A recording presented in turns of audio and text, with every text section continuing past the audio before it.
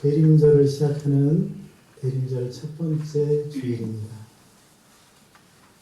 기다릴 때, 임할 임자를 써서 임하시기를 기다린다.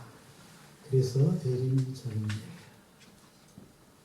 기다리는 사람들은 그리스도인들이고 임하시는 분은 예수 그리스도십니다.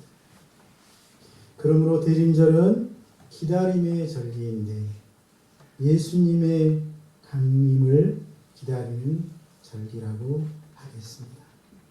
어떤 절기라고요? 예수님의 강림을 기다리는 절기. 그래서 우리가 이 대림절에 대해서 세 가지 질문을 할 수 있습니다. 누구를 기다립니까? 예수님을 기다린다고 했죠.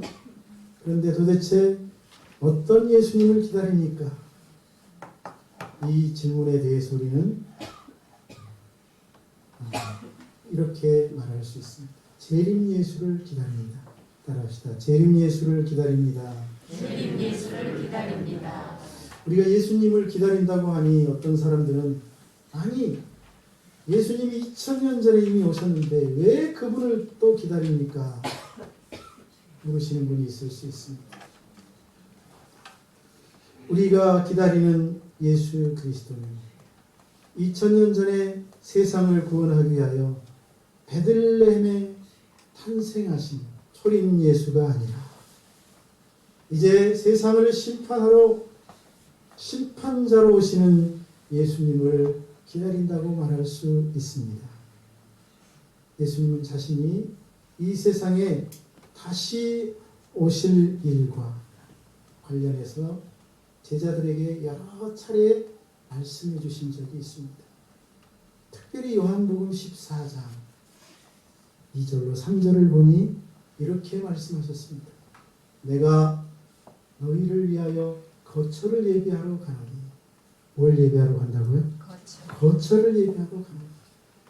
가서 너희를 위하여 거처를 예비하면 내가 다시 와서 너희를 내게로 영접하여 나 있는 곳에 너희도 있게 하리라. 할렐루야. 다시 오신대요. 다시 와서 저와 여러분을 주님이 준비한 거처에 거하게 해주신다고 말씀하고 있습니다. 그것이 어디입니까? 하나님의 나라요. 천국인 줄로 믿습니다. 여러분 예수님이 하신 이 말씀은 이미 세상을 구원하러 오신 예수님이 우리의 거처를 예배하러 가셨다가 다시 오시겠다는 약속의 말씀입니다. 그래서 다시 오신다고 해서 초림과 구별하여 재림이라고 말하는 것입니다. 이처럼 예수님은 다시 오셔서 우리를 천국으로 인도해 가시겠다고 약속하셨습니다. 그래서 우리는 예수님의 이 약속을 믿고 다시 오실 예수님을 기다리는 것입니다. 할렐루야. 그래서 이제 이 대림절은 기다림의 절기로서 우리가 다시 오실 예수님을 간절히 사모하며 기다리는 절기인 것입니다. 저와 여러분이 이 대림절을 통해 다시 오실 예수님을 만날 수 있기를 주의 이름으로 축복합니다. 다시 오실 예수님을 배우는 절기가 될 수 있기를 주의 이름으로 축원합니다. 그렇다면 언제까지 기다려야 합니까? 도대체 언제까지 기다리는 말입니까? 라고 물으실 수 있겠지요. 이런 예수님이 언제 오시느냐? 재림의 시기와 관련한 질문으로 아주 중요한 질문 중에 하나라고 할 수 있겠습니다. 많은 사람들이 궁금해합니다. 예수님이 오시겠다고 했는지 언제 오십니까? 하지만 유감스럽게도 이 질문에 대해서 명확하게 대답해 줄 수 있는 사람은 아무도 없습니다. 대답해 줄 수 있는 사람이 있다고요? 없어요. 다시 한번. 이 질문에 대해서 예수님이 언제, 몇 년, 몇 월, 몇 시에 오실 것에 대해서 알려줄 수 있는 사람이 없다는 사실입니다. 간혹 어떤 분들이 용감하게 예수님이 언제 재림하신다고 확정적으로 말하시는 분들이 있습니다. 하지만 이런 사람들의 주장이 거짓입니다. 현혹될 필요가 없습니다. 마태복음 24장 36절에서 예수님이 이렇게 말씀하셨습니다. 그날과 그때는, 여기서 말하는 그날과 그때는 예수님이 다시 오실 재림의 날을 말하는 것입니다. 그날과 그때는 아무도 모르나니. 아무도 모른다고 하셨죠? 아무도 모르나니. 사람만 모르는 게 아니고 하늘의 천사도 모르고 아들도 모르고 오직 아버지만 아시느니라. 오직 아버지만 아신대요. 예수님은 자신의 재림에 대해 아무도 모르고, 심지어는 하늘의 천사도 예수님 자신도 모르고 아버지만 아신다고 말씀하고 있습니다. 이 말씀은 다른 말로 하면 그날과 그때는 비밀이니 너희가 그런 것은 알려고 하지 말라라는 뜻입니다. 그러므로 예수님의 재림에 대해 알 수 있는 사람은 이 세상에 한 사람도 없습니다. 아무도 알 수 없는 예수님의 재림의 시기, 천사도 아들도 모르는 그날에 대하여 나는 안다고, 언제 오실 것이라고 확정적으로 말하는 사람이 있다면 그는 거짓말장이거나 사기꾼임이 분명합니다. 그는 사람들을 속이는 것입니다. 속여서 실족케 하는 이단에 불과합니다. 속지 마시기 바랍니다. 자신이 예수님이 언제 오실지를 안다는 말은 결국 무슨 말입니까? 내가 아버지 하나님이라는 말과 똑같습니다. 왜냐하면 하나님만 아신다고 하셨기 때문입니다. 그러니 그런 사람은 참으로 오만방자한 사람이 아닐 수 없습니다. 그런 사람이 있다면 여러분 사기꾼으로 여기시고 다시는 그런 사람의 얘기를 듣지 마시기를 바랍니다. 마태복음 25장 1절로 13절 예수님은 열처녀의 비유를 말씀하신 적이 있습니다. 열처녀의 비유. 다 잘 아시죠? 여러분, 이 비유를 통해서 주시는 메시지가 무엇이었습니까? 이 비유를 통해서 주시는 메시지가 바로 그것입니다. 예수님의 재림의 시기는 비밀이고 알 수 없습니다. 그러니 언제든지 주님이 오시면 맞이할 수 있도록 깨어 준비하라는 것이 아닙니까? 만약 재림의 시기가 공개되었다면 세상이 어떻게 되었겠습니까? 영악한 사람들이 어떻게 살까요? 아직 많이 남았으니 내 마음대로 살다가 재림 때가 가까워지면 이제 그때서야 맞을 준비를 하려고 하겠죠. 세상이 완전히 개판될 것입니다. 그래서 아마 예수님이 그날을 비밀로 하셨는지도 모릅니다. 하지만 예수님은 재림의 정확한 날에 대해서는 말씀해 주시지 않았지만 그날이 그리 멀리 있다고 말씀하지 않으셨습니다. 그리 먼 것이 아니고 매우 가까웠다고 말씀하고 있는 것입니다. 오늘 말씀 11절에 있는 말씀. 또한 너희가 이 시기를 알거니와 자다가 깰 때가 벌써 되었습니다. 이는 이제 우리의 구원이 처음 믿을 때보다 가까웠다고 말씀하십니다. 자, 예수님은 여기서 자다가 깰 때가 벌써 되었대요. 이제 잘 때가 아니래요. 우리의 구원이, 예수님의 재림이 처음 믿을 때보다 훨씬 가까웠다고 말씀하고 있습니다. 이 말씀을 통해서 우리는 예수님의 재림의 날에 대하여 매우 임박했다는 사실을 추정할 수 있습니다. 이 말씀은 마치 밤에서 낮으로 전환되는 것처럼 우리가 서 있는 위치가 이미 예수님의 재림의 시기에 들어선 상태라는 뜻입니다. 그렇습니다. 예수님이 베들레헴에 탄생하시기 전이 한밤중이었다고 한다면 예수님의 승천은 밤에서 낮으로 이제 전환되는, 이제 한밤중에서 재림의 시기로 전환되는 시점입니다. 그리고 오늘 우리는 이미 그 시점으로부터 한참을 지나온 상태입니다. 그런 예수님의 재림과 아주 가까워진 상태.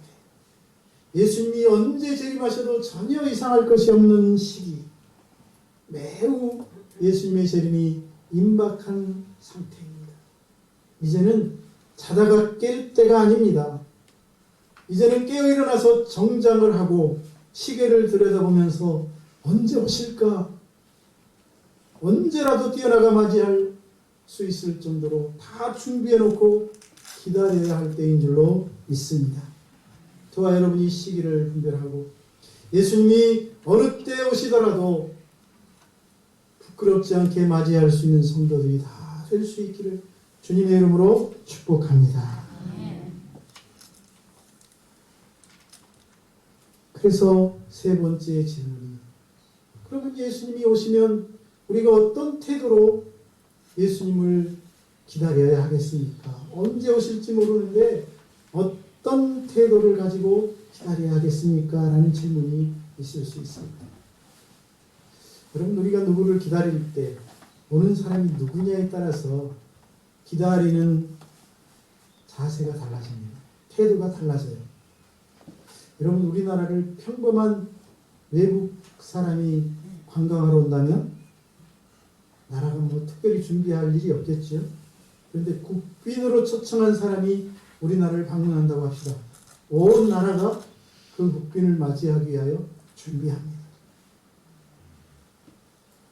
여러분, 말단 공무원이 나를 만나러 오는 것과 대통령이 만나겠다고 오시는 것과 여러분 태도가 같을 수가 있습니까? 다르겠죠? 분명히 다릅니다. 우리 예수님은 우리나라의 국빈이나 우리나라의 대통령 정도가 아닙니다. 예수님은 성자 하나님이십니다. 저와 여러분의 생명을 불어넣어 주신 생명의 주인이시요 우리를 죄 가운데서 구원하신 구세주이십니다. 또한 우리 예수님은 이 세상을 심판하실 심판주가 되시는 줄로 믿습니다. 오늘 본문 말씀은 그런 예수님의 재림을 기다리는 사람들이 어떤 태도를 가지고 기다려야 할지에 대해서 가르쳐주고 있습니다. 그 첫 번째가 빛의 갑옷을 입으라는 것입니다. 따라합시다. 빛의 갑옷을 입자. 빛의 갑옷을 입자. 빛의 갑옷을 입어야 돼. 빛의 갑옷이 뭡니까? 그 당시에는 로마 군병들이 각 지역에 주둔하고 세계를 통치하고 있어서 군병들이 입고 있는 갑옷에 비유하여 말하고 있겠지. 빛의 갑옷을 입으라는 말은 빛된 삶을 살라는 말씀인 줄로 믿습니다. 빛된 삶을 살라는 12절입니다. 낮이 깊고 밤이 깊고 낮이 가까웠으니 그러므로 우리가 어둠의 일을 버리고 어둠의 일을 벗고 빛의 갑옷을 입자. 그렇습니다. 밤이 지나고 날이 밝으면 밤을 위해서 입었던 잠옷을 벗는 것입니다. 잠옷을 벗고 일상복을 입어야 합니다. 사단의 시대가 가고 그리스도의 날이 가까웠으니 이제 어둠을 벗고 빛의 갑옷을 입어야 할 때입니다. 어둠의 일을 벗어버리지 않고서는 재림 예수를 맞이할 수 없기 때문입니다. 예수님은 마태복음 22장 1절로 14절 혼인잔치의 비유를 통해서 빛의 갑옷을 입지 않고서는 어둠의 일을 벗고 빛의 옷을 입지 않고서는 다시 오실 예수님을 맞이할 수 없다고, 천국잔치에 들어갈 수 없다고 명확하게 말씀해 주고 있습니다. 그 비유를 살펴보면 한 임금이 아들을 위한 혼인잔치를 베풉니다. 그리고 그 잔치에 사람들을 초청합니다. 초청장을 발송합니다. 하지만 초청장을 받고 청함을 받은 사람들이 참석하기를 싫어합니다. 그래서 임금이 노하여 군대를 보내 그들을 다 진멸하고 종들을 사거리에 내보내 대신 만나는 모든 사람들을 초청하게 합니다. 그래서 잔칫날 혼인잔치에 손님이 가득했습니다.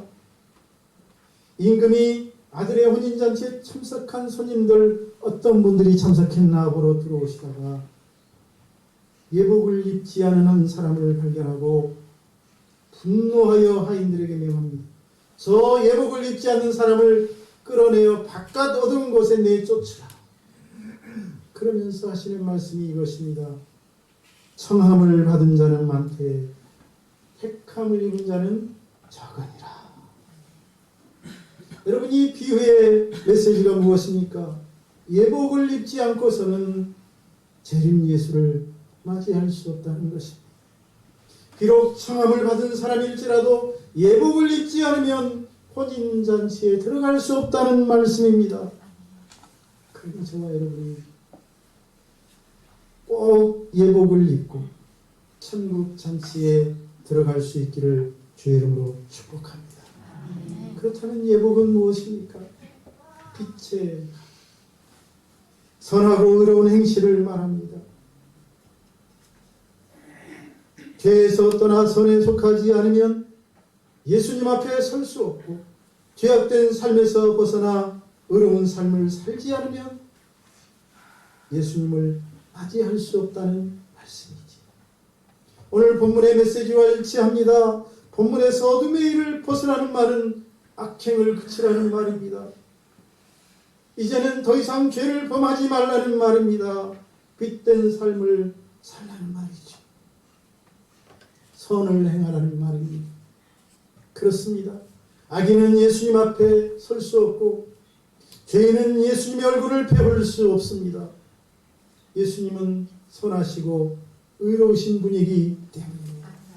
그러므로 다시 오실 예수님을 기다리는 사람들은 필연코 죄에서 떠나야 합니다. 악에서 떠나야 합니다. 발을 금하여 악한 길을 걷지 말고 선을 행하고 의를 행하는 삶을 살아야 할 줄로 믿습니다.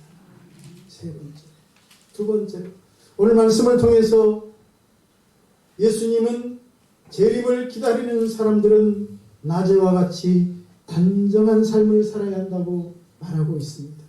같이 합니다. 낮에와 같이 단정한 생활을 하자. 단정한 생활. 13절입니다. 낮에와 같이 단정히 행하고 방탕하거나 술 취하지 말며 음란하거나 호색하지 말며 다투거나 시기하지 말고. 밤의 사람들의 특징은 방탕함, 술 취함입니다. 음란과 호색, 다툼과 시기입니다. 밤의 사람들은 밤이 영원할 줄 압니다. 그들은 낮에 잘 적응하지 못합니다. 낮을 매우 싫어하고 밤을 기다립니다. 왜 낮을 싫어할까요? 요한복음 3장 20절에서 예수님이 말씀하셨습니다. 악을 행하는 자마다 빛을 미워하여 빛으로 오지 아니하나니 이는 그 행위가 드러날까 하며. 그렇습니다.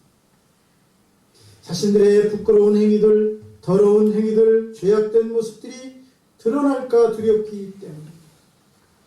오늘 말씀은 방탕, 술 취함, 음란, 호색, 다툼, 시기와 같은 밤의 모습들을 가지고는 예수님을 맞이할 수 없다고 말하고 있습니다.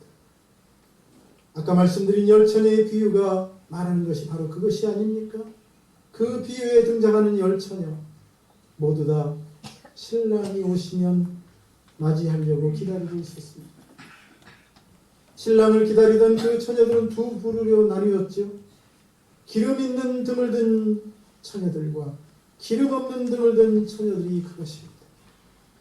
그런데 한밤중에 마침내 기다리던 신랑이 도착했다고 정갈이 들어옵니다. 그때 기름 있는 등을 든 처녀들은 등불을 밝히고 신랑을 맞으러 나갔고, 기름 없는 등을 든 처녀들은 기름이 없으므로 등을 밝히지 못하고 혼인잔치에 들어가지 못합니다. 그들은 그때서야 부랴부랴 기름을 사러 갑니다. 예수님은 이 비유에서 기름 있는 등을 든 처녀들을 슬기로운 자라고 기름 없는 등을 든 처녀들은 미련한 자라고 부르시면서 슬기로운 자들은 혼인잔치에 들어가고 미련한 자들은 혼인잔치에 들어갈 수 없다고 말씀하고 있습니다. 그들이 신랑이 오고 난 다음에 기름을 사가지고 와서 문을 두드려 보지만 문이 열리지 않았다고 성경은 기록하고 있습니다. 여러분이 이 비유를 통해 주시는 교훈이 무엇입니까? 그것은 기름 없는 등을 들고서는 신랑을 맞이할 수 없다는 말씀입니다. 기름 없는 등, 밤의 모습으로는 신랑 되신 예수님을 맞이할 수 없고 어둠의 일들만을 가지고는 예수님 앞에 설 수 없다는 말씀으로 본문과 일맥 상통하는 말씀이 아닙니까? 단정한 생활이 무엇입니까? 단정한 생활. 그것은 정결하고 거룩한 삶, 성결한 삶을 말하는 것입니다. 깨끗한 삶이지. 그러므로 예수님의 재림을 기다리는 사람은 깨끗하고 정결한 삶, 거룩하고 성결한 삶, 그 삶을 가지고 주님을 기다려야 할 줄로 믿습니다. 그것이 주님 오시는 날 등을 밝힐 수 있는 기름인 줄로 믿습니다. 셋째, 예수님의 재림을 기다리는 사람들은 반드시 예수 그리스도로 옷 입어야 한다는 사실. 따라합시다. 예수 그리스도로 옷 입자. 다시 한번 예수 그리스도로 옷 입자. 사람이 입는 옷은 자신의 신분과 정체성을 알려줍니다. 입고 있는 옷을 보면 그 사람이 어떤 사람인지 알 수 있습니다. 옷은 사람의 마음가짐과 행동에도 영향을 미치기도 합니다. 여러분, 야구 선수들이 입는 옷이 있고 축구 선수들이 입는 옷이 있습니다. 소방대원들이 입는 옷이 있고 경찰들이 입는 옷이 있습니다. 예수님 당시에도 유대인들이 입는 옷이 있었고 로마인들이 입는 옷이 있었으며 로마 병사들이 입는 옷이 있었고 유대 제사장들이 입는 옷이 있었습니다. 그러므로 옷은 신분을 나타내고 정체성을 보여줍니다. 연기를 하는 연예인들을 보면 그들은 의사의 옷을 입으면 의사처럼 말합니다. 경찰의 옷을 입으면 경찰처럼 말하고 경찰처럼 행동합니다. 옷은 그 사람의 신분과 정체성을 보여주고 제복은 그 사람의 역할이 무엇인지 알려줍니다. 옷은 그래서 그 사람의 마음 자세와 행동 거지에까지 영향을 미치는 것입니다. 오늘 말씀 14절 오직 주 예수 그리스도로 옷 입고 정욕을 위하여 육신의 일을 도모하지 말라고 말씀하고 있습니다.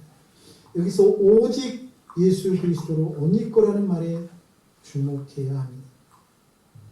이는 예수 그리스도 외에 다른 옷을 입지 말라는 말씀이 아닙니까? 오직 예수 그리스도로 옷 입으라는 말씀은 다른 옷을 입어서는 안 된다는 말입니다. 그러면 오직 예수 그리스도로 옷 입는다는 말이 무슨 말입니까? 뒤에 나오는 구절을 보면 해석할 수 있습니다. 그 부분만 가지고 해석하기가 난망하지만 바로 이어지는 구절을 보면 예수 그리스도로 옷 입는다는 말이 무슨 뜻인지가 명확하게 드러납니다. 뭐라고 되어 있습니까? 정욕을 위하여 육신의 일을 도모하지 말라고 되어 있습니다. 정욕을 위하여 육신의 일을 도모하지 말라. 육신의 일을 도모하지 말라는 말이 무슨 말입니까? 어떤 일을 도모하라는 것입니까? 영의 일을 도모하라는 것이지요. 육신의 일이 아니라 하나님의 일을 도모하라는 말씀이지요. 그러므로 오직 예수 그리스도로 옷 입는다는 말은 육신의 일을 도모하지 말고 예수 그리스도를 위해 살라는 말씀인 줄로 믿습니다. 그것이 예수 그리스도로 옷 입는다는 의미입니다. 이는 육신의 일에 얽매여 사는 사람은 주님을 맞을 수 없고 정욕을 위하여 살아가는 사람은 하나님 앞에 설 수 없다는 경고의 말씀입니다. 따라서 재림 예수를 기다리는 사람은 육신의 일을 도모하지 말고 오직 예수 그리스도를 위해 살아야 합니다. 그렇다면 예수 그리스도를 위해 사는 일이 어떤 일입니까? 무엇이 예수 그리스도를 위해 사는 일이란 말입니까? 예수님은 하늘로 승천하시기 전에 자신을 위해 사는 일이 무엇인지를 분명하게 말씀해 주셨습니다. 마태복음 28장 19절로 20절 너희는 가서 모든 민족으로 제자를 삼아 아버지와 아들과 성령의 이름으로 세례를 베풀고 내가 너희에게 분부한 모든 것을 가르쳐 지키게 하라.